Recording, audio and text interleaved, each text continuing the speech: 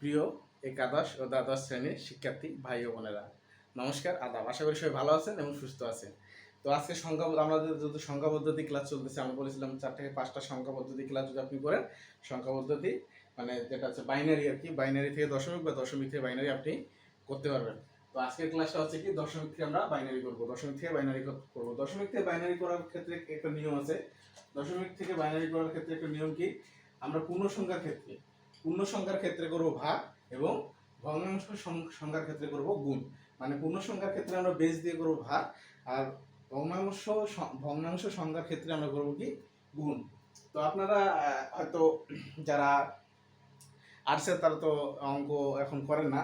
তো যারা আমরা 6-7 বা ক্লাস 5-4-5 একটা অঙ্ক করেছিলেন, সেটা কি, আমরা কি করি, আমরা ভাগ যে করে কি করি, ভাজক, তারপর এখানে কি থাকে, ভাজ্য, ভাজ্য বা ভাগফল,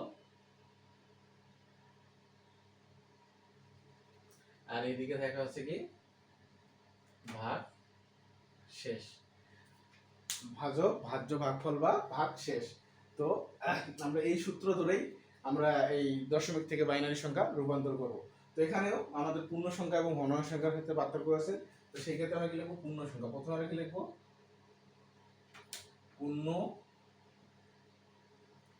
সংখ্যা ক্ষেত্রে, পূর্ণ সংখ্যার ক্ষেত্রে পূর্ণ সংখ্যাটা আমরা নিলাম কত, 128। তো এটা, এই ভাগটা আমরা কি সিস্টেম করব, আপনারা অনেকে লসাগু গোসাগু করেছেন, সেই লসাগু গোসাগু সিস্টেমই হচ্ছে আমাদের এই ভাগগুলো। তাহলে আমরা 128কে এখন যদি কি দিয়ে দেবো, 2 দিয়ে ভাগ দেবো।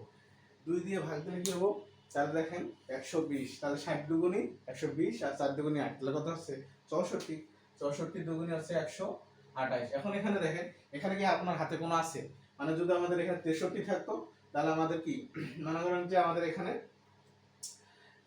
মনে করেন এই যে আপনি যদি 4কে 2 দিয়ে ভাগ করেন, তাহলে 2 দুগুণী 4, 2 দুগুণী 4, তাহলে কি শূন্য, শূন্য আসতেছে না ভাগশেষ, আমাদের যে ভাগফল এটা হচ্ছে শূন্য আসতেছে।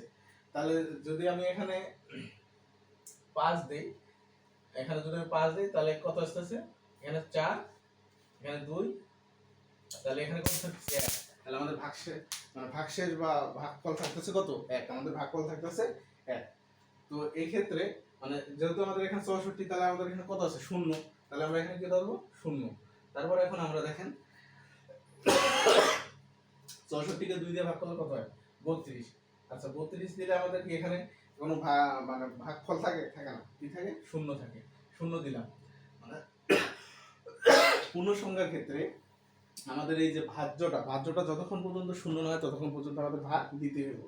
তাহলে আমরা 2 দিয়ে দিলাম, তাহলে কত হলো, 16। 16 দুগুণী 32, তাহলে ওখানে শূন্য। তারপর আবার 2 দিলাম, তার কি 8 দুগুণী 16, তাহলে থাকলো শূন্য। তারপরে আবার কি দিলাম, 4 দুগুণী 8, তাহলে এটাও শূন্য হলো। তারপর আবার দিলাম কি, 2 দুগুণী 4, তারপর আবার 2 দিয়ে কি, 2 অক্ষে 2, তাহলে এখানে থাকতেছে 1। 2 অক্ষে 2, তাহলে থাকতেছে কত, 1। মানে 1 দিয়ে আমরা, তাহলে আমরা 1 দিয়ে এটা 2 অক্ষে 2, তাহলে এখানে থাকতেছে 0, আর এখানে 2 দিয়ে চলে গেছে, এখানে থাকতেছে 0, আর এখানে থাকতেছে 1। তাহলে আমাদের পূর্ণ সংখ্যার ক্ষেত্রে আমরা ধরি হচ্ছে শেষ থেকে সামনের দিকে। পূর্ণ সংখ্যার ক্ষেত্রে আমরা ধরি কি, শেষ থেকে সামনের দিকে। তাহলে এই এই যে শেষ থেকে প্রথমের দিকে যায়, এই যে জিনিসটা ধরে, এটাকে আমরা বলি এমএসবি। এই এমএসবিটার পূর্ণরূপ হচ্ছে কি, মোস্ট সিগনিফিক্যান্ট বিট। এমএসবির পূর্ণরূপ হচ্ছে কি, মোস্ট সিগনিফিক্যান্ট বিট। তাহলে আমাদের পূর্ণ সংখ্যার ক্ষেত্রে আমরা যেটা বললাম, কত পাইছি, এখানে দেখেন 1 এর পরে কয়টা, 6টা শূন্য, 1 2 3 4 5 6, শেষ। আমাদের পূর্ণ সংখ্যার ক্ষেত্র শেষ, মানে পূর্ণ সংখ্যার অবস্থা বা আমাদের বের করা মান বের করা শেষ। এখন আমাদের কাজ কি, এখন আমাদের কাজ হচ্ছে এটা সবাই বুঝতে পারছেন আশা করি, নোট করে নেবেন। তারপর আমি আরেকবার সাইডে লিখে দিতেছি, মনে করেন যে বোঝার সুবিধার্থে 4 দিয়ে, এটা আছে 4, তাহলে আছে 0, আর আবার এটাই যদি আমরা 5 দিয়ে 2 ভাগ করি, তাহলে হচ্ছে এখানে 4, তাহলে এটা হচ্ছে 1। এটা আলাদা রাখলাম। এটা এটা না রাখলে যদি বুঝতে পারেন তাহলে এটা লাগবে না। তাহলে আমরা এখন লিখি কি, এখন আমাদের কি ভগ্নাংশ সংখ্যা, তাহলে আমরা কি লিখবো, তাহলে আমরা লিখবো হচ্ছে ভগ্নাংশ সংখ্যা। ভগ্নাংশ সংখ্যাটা কি 0.375 এটা আমরা কি করবো গুণ করবো। এটা তাহলে আমরা কি দিয়ে গুণ করবো 2 দিয়ে।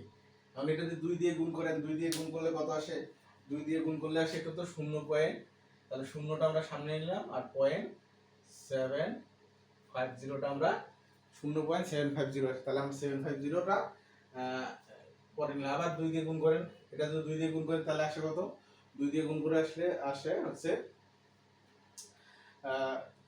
0.500 এখন এই 0.500 কে যদি আমরা আবার 0 দিয়ে গুণ করি, 2 দিয়ে গুণ করি, তাহলে আসে কত, তাহলে আসবে আপনার 1.00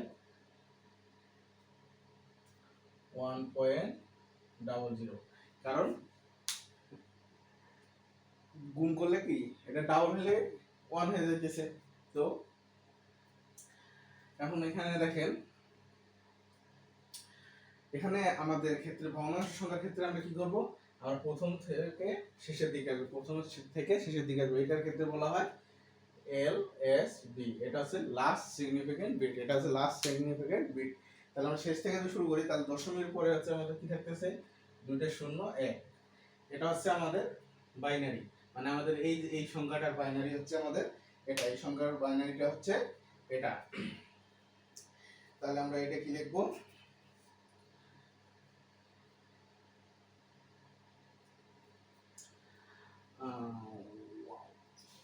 এখানে একটু ভুল হয়ে গেছে, এটা তো 0 না, এটা 1.50, তাহলে 11 হচ্ছে এখানে, তাহলে হচ্ছে কত 11, এখানে হচ্ছে 11, তাহলে আমাদের শেষে থাকতেছে কত 11। তো এখানে আমরা এখন লিখতে পারি কি 128.375, এটা দশমিক বাইনারি হচ্ছে এটা, এটাই অ্যান্সার। তো আশা করি অঙ্কটা সবাই বুঝতে পারছেন। যারা বুঝেননি ক্লাসটা আরেকবার দেখবেন, রিপিট করে নেবেন, তাহলে অবশ্যই বুঝতে পারবেন। তো যারা জুনে যাদের পরীক্ষা, আশা করি তারা মনোযোগ সহকারে আমাদের ক্লাসগুলো দেখতেছেন। অবশ্যই ক্লাসটা লাইক কমেন্ট এবং শেয়ার করে যাবেন। এবং আপনাদের কোনো সমস্যা থাকলে, এখন আমাদের যে টপিকে ক্লাস হচ্ছে এই টপিকে কোনো সমস্যা থাকলে অবশ্যই বলবেন, এগুলো আমরা সলভ করার চেষ্টা করব। তো এখনও বলতেছি, এই একটা মাস যদি মনোযোগ সহকারে করতে পারেন তাহলে আপনি আইসিটিতে একটা ভালো রেজাল্ট করতে পারেন। অবশ্যই আমাদের ফ্রি ক্লাসগুলো করেন, অবশ্যই আপনার উপকার হবে। তো আগামী ক্লাস দেখার আমন্ত্রণ জানিয়ে আজকে এখানে শেষ করতেছি। সবাই ভালো থাকবেন, সুস্থ থাকবেন, ধন্যবাদ।